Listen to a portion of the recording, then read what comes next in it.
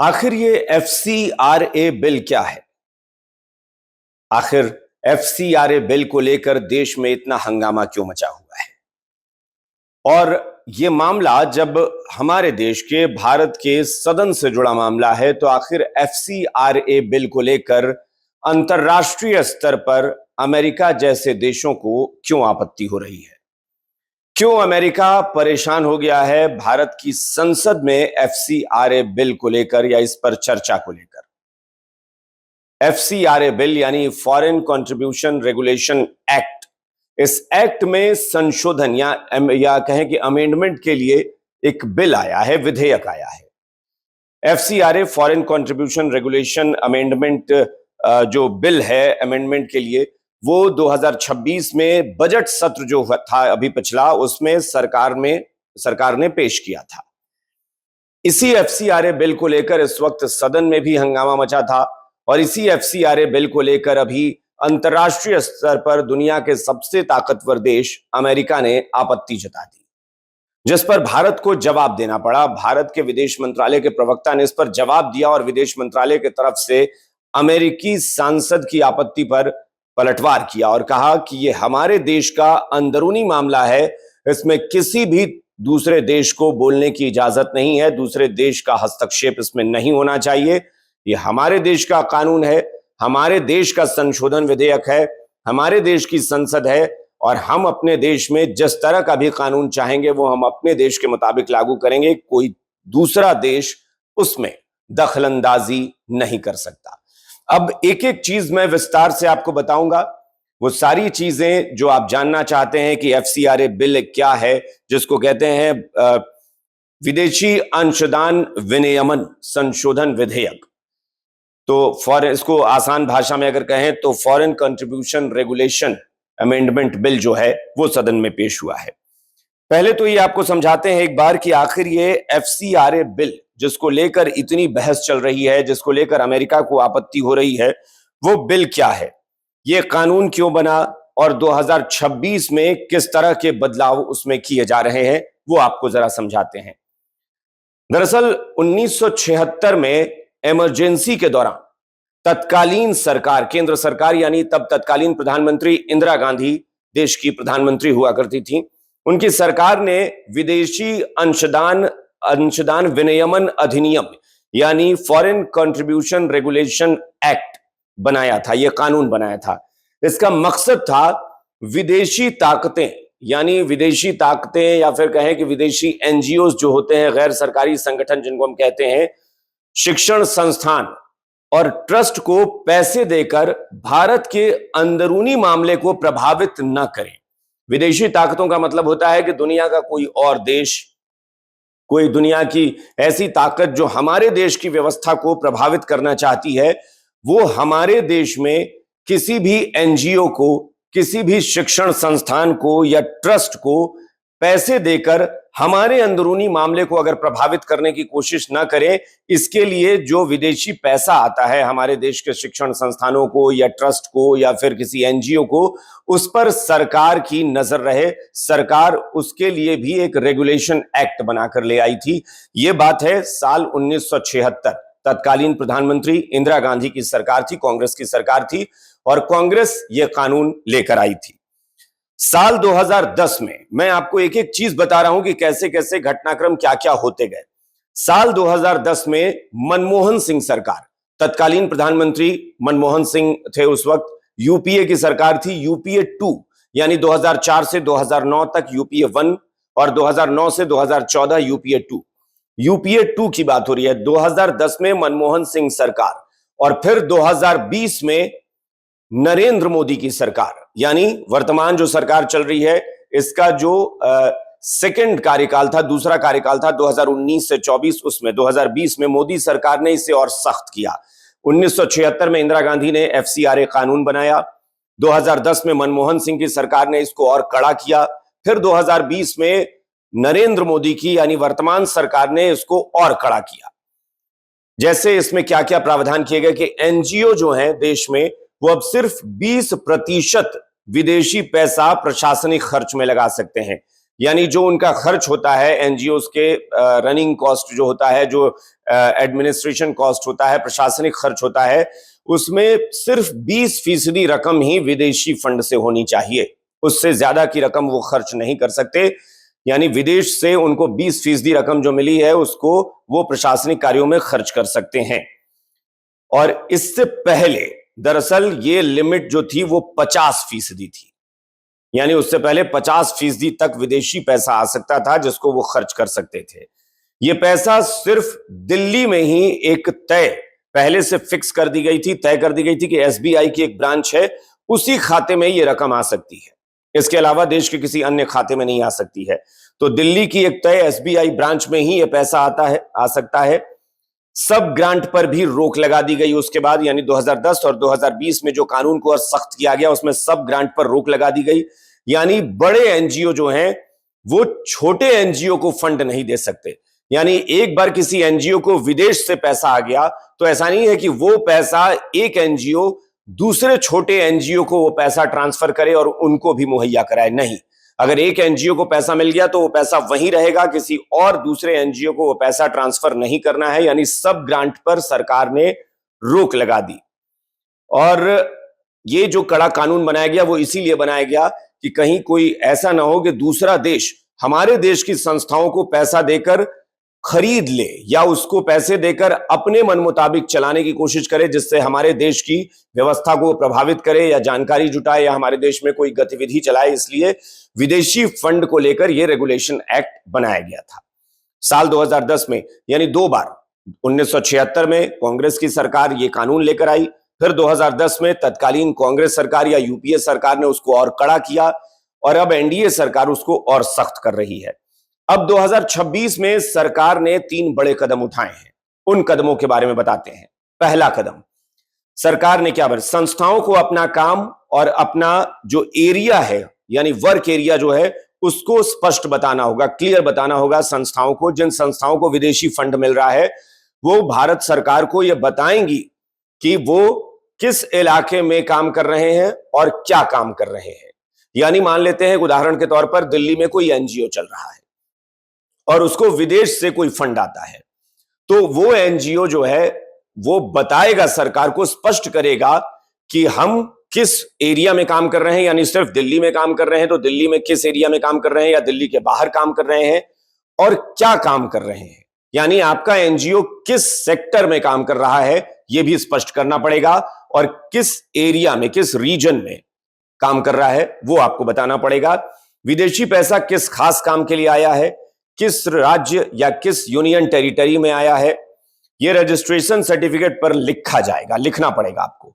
पहले सामाजिक धार्मिक जैसे ब्रॉडर कैटेगरी जो ये सब चीजें थी वो लिखी जाती थी कि सामाजिक कार्य है या धार्मिक कार्य है। ये नियम जून 2026 में लागू कर दिया गया है। दूसरा प्रावधान जो 2026 में सरकार ने बड़े बदलाव के तहत लाए, विदेशी चंदे से धर्म परिवर्तन नहीं कराया जा सकेगा। यानी धार्मिक गतिविधियों में जो उसकी लिस्ट में कोई काम है जैसे पूजा स्थल बनवाना, धार्मिक शिक्षा देना, सत्संग वगैरह करवाने की अनुमति है, लेकिन अब विदेशी पैसों से दूसरे का धर्म परिवर्तन नहीं कराया जा सकता है।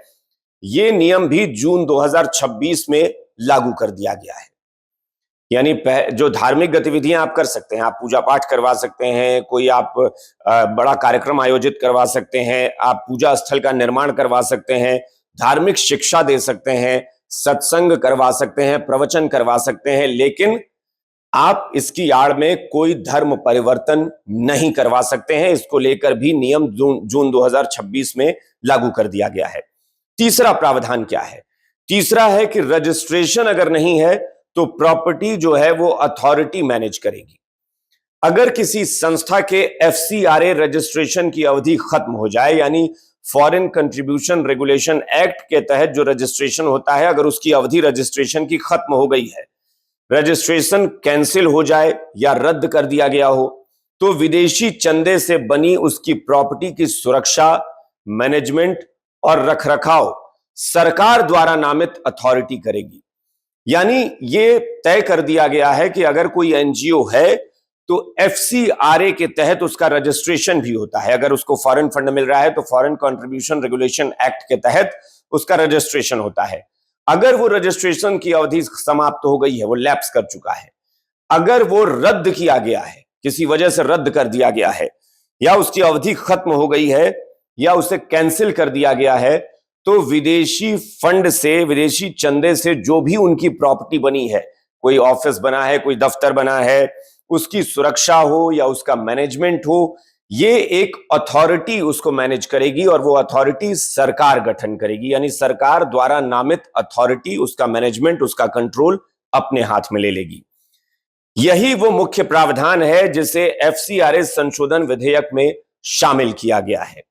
25 मार्च को लोकसभा में यह विधेयक पेश हुआ था, जो बजट सत्र चल रहा था, और अब यह संसद में अभी इसको पास होना बाकी है। इस संशोधन को, इसी को लेकर सबसे ज्यादा अड़ंगा, सबसे ज्यादा पेचीदगी जो है वो इसी प्रावधान को लेकर दिख रही है, जिसको लेकर बहुत सारे लोग कह रहे हैं, जो सरकार के विरोध में बोल रहे हैं, कि दरअसल सरकार कुछ संस्थाओं को या धार्मिक स्थलों को अपने कंट्रोल में लेना चाहती है, और सरकार माइनॉरिटी जो कम्युनिटी है, जिसको माइनॉरिटी कहते हैं, या फिर गैर हिंदू जो यहाँ पर है, चाहे वो खासतौर पर क्रिश्चियनिटी को लेकर ये सवाल उठ रहे हैं कि क्या ईसाई मिशनरीज को लेकर, ईसाई संस्थाओं को लेकर या चर्च को सरकार अपने कंट्रोल में लेना चाहती है। यह आरोप लगा रहे हैं लोग, सरकार के जो विरोध में जो लोग हैं वो।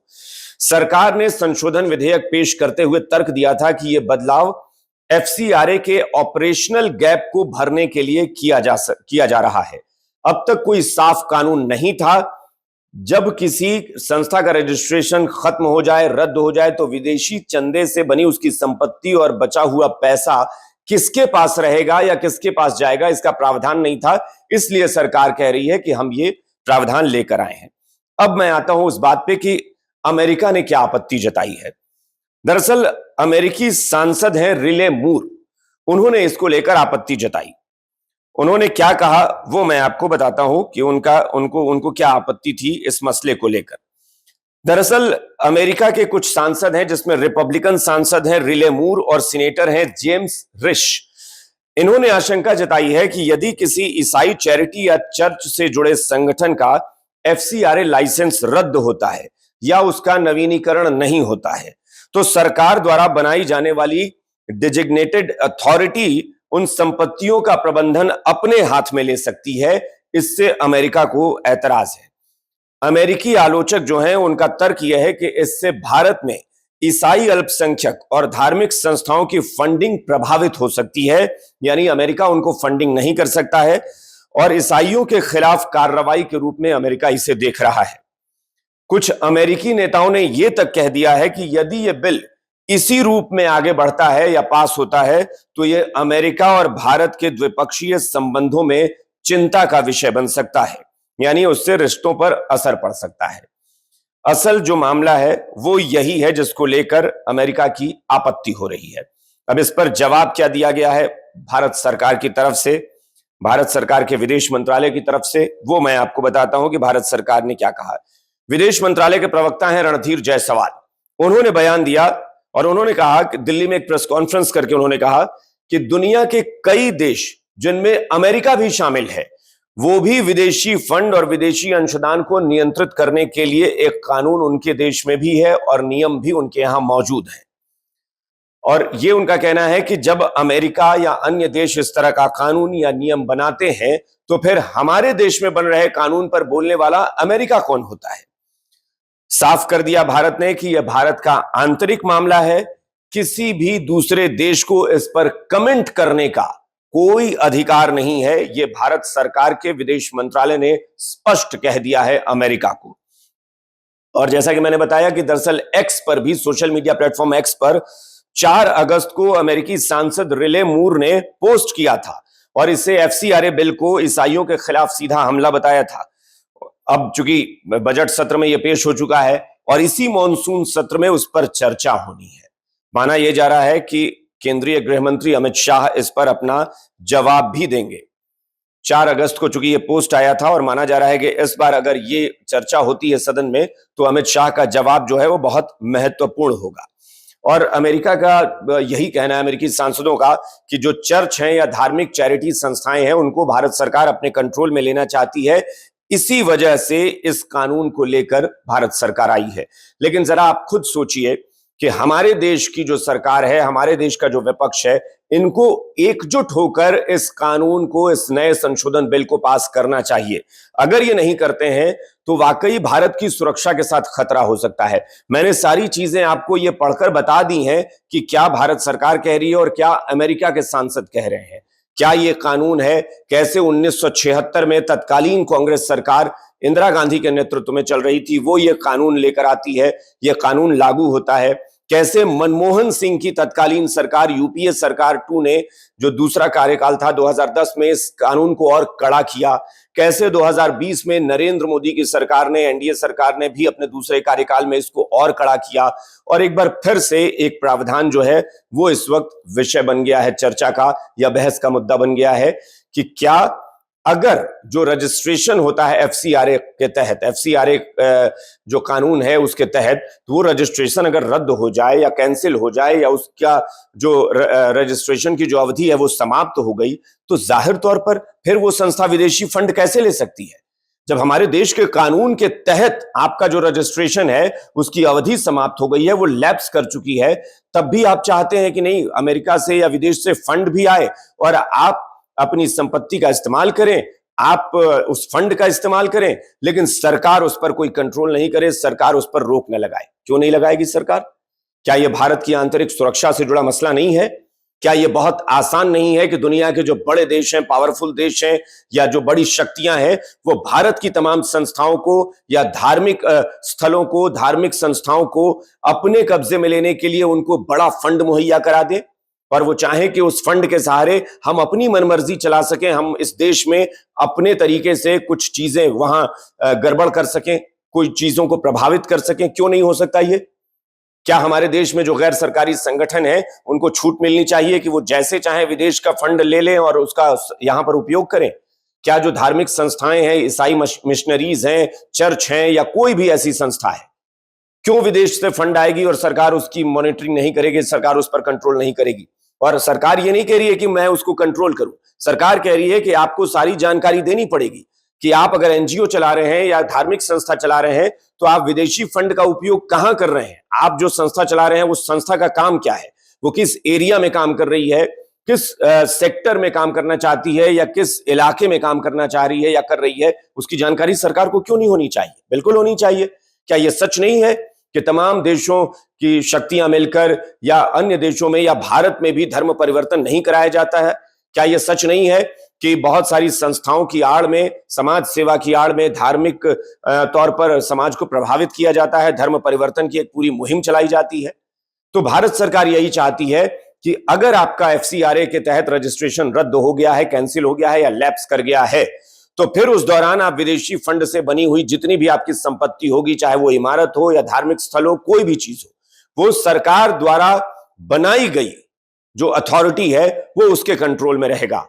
जब फिर एक बार आप रजिस्ट्रेशन करा लेंगे या रजिस्टर्ड हो जाएंगे, फिर उसके बाद आपका नियंत्रण हो जाएगा, लेकिन उससे पहले सरकार के नियंत्रण में होगा या उस अथॉरिटी के नियंत्रण में होगा जिसका गठन सरकार कर रही है। यह है पूरा एफसीआरए कानून, यानी मैं फिर बता दूं, फॉरेन कंट्रीब्यूशन रेगुलेशन एक्ट। इस कानून, एक्ट का मतलब कानून, लेकिन उस एक्ट में संशोधन, अमेंडमेंट बिल आया है संशोधन का, जिसको हम कहते हैं कि एक विधेयक आया है और उस विधेयक को पास होने के बाद वो फिर एक्ट में लागू हो जाएगा। उसी को लेकर इस बार माना जा रहा है कि वर्तमान सत्र जो चल रहा है, मानसून सत्र, इसमें चर्चा हो सकती है और केंद्रीय गृह मंत्री अमित शाह जवाब दे सकते हैं। आप जरूर हमारे कमेंट में बताइएगा, क्या विदेशी फंडिंग से जो संस्थाएं यहां चल रही हैं, क्या सरकार की उस पर निगरानी नहीं होनी चाहिए? क्या सरकार जो रेगुलेशन एक्ट में संशोधन कर रही है वो नहीं होना चाहिए? क्या ये वाकई हमारे देश की आंतरिक सुरक्षा से जुड़ा मसला नहीं है? इस पर जरूर आप अपनी राय दीजिएगा, अपने कमेंट जरूर कीजिएगा। फिलहाल मैं आपसे गुजारिश करूंगा कि जी बिहार झारखंड का सोशल मीडिया डिजिटल प्लेटफॉर्म जरूर आप सब्सक्राइब करें, फॉलो करें, लाइक करें और हमारे वीडियो को भी लाइक करें, उस पर कमेंट करें और बताएं कि आपको वीडियो कैसा लगा। नमस्कार।